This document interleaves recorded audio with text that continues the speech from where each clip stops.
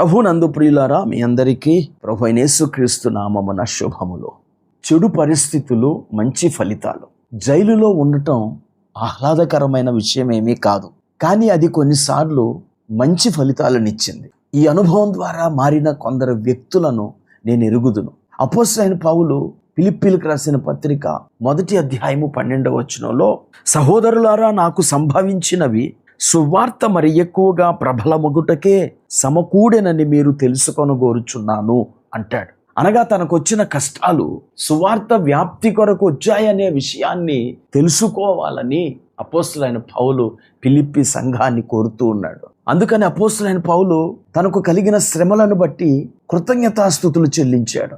అతడు చెరసాలలో పెట్టబడినప్పుడు సైనికులు, జైలరు, ఖైదీలు పౌలు యొక్క ప్రవర్తన వల్ల మార్పు చెందిన సందర్భాలు ఉన్నాయి. చరిత్రలో కూడా అనేక మందికి కష్టాలు మానవాళికి మేలు చేశాయి. ఉదాహరణకు జాన్ బన్యన్ గారు జైలులో ఉన్నప్పుడే యాత్రికుని ప్రయాణం అనే గొప్ప గ్రంథాన్ని రాశాడు. మన జీవితంలో కూడా దేవుడు కఠినమైన, బాధాకరమైన పరిస్థితులను లాభసాటిగా మార్చగలడు. మరొక ఉదంతం నాకు గుర్తొస్తోంది. 1956వ సంవత్సరంలో ఈక్వెడార్లోని ఔకా ప్రజల మధ్య సువార్త ప్రకటించడానికి వెళ్ళిన జిమ్ ఎలియట్ మరియు అతని సహచర మిషనరీల విషయంలో జరిగిన సంఘటన.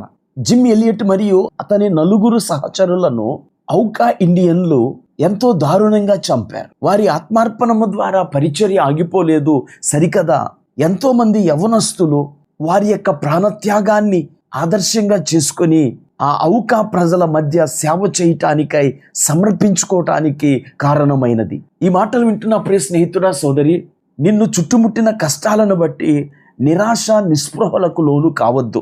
కష్టాల్లో దేవుని శక్తిని ఆశ్రయించండి. అప్పుడు ఆ కష్టాలను కూడా దేవుడు మనకు మేలుకరంగా చేస్తాడు. ఈ సత్యానికి సంబంధించిన సందర్భాలను బైబిల్ గ్రంథంలో ఎన్నో చూస్తాం. అలాగే మన ప్రభు శిలువ మరణము పొంది సాతానుపై జయం సాధించారు. మనకు పాప క్షమాపణను అందించి రక్షణను అందించారు. కనుక యేసు శిలువ మరణము మనకు ఆశీర్వాదమైనది. యోహాను సువార్త 12:24లో యేసు ప్రభు వారు ఈ విషయాన్నే ప్రస్తావించారు. గోధుమ గింజ భూమిలో పడి చావకుండిన ఎడల అది ఒంటిగానే ఉండును, అది చచ్చిన ఎడల విస్తారముగా ఫలించును. బోలపు చెట్టును కోస్తే గాని దానిలో ఉన్న బోలము బయటికి రాదు. దాని లోపల ఉన్న సుగంధం బయటికి రావాలంటే అది కోయపడాలి. అలాగే శ్రమలు, బాధలు, పేదరికం ఇవన్నీ మనలో ఉన్న సుగంధాన్ని బయటకు తీసుకొచ్చే కోతలు.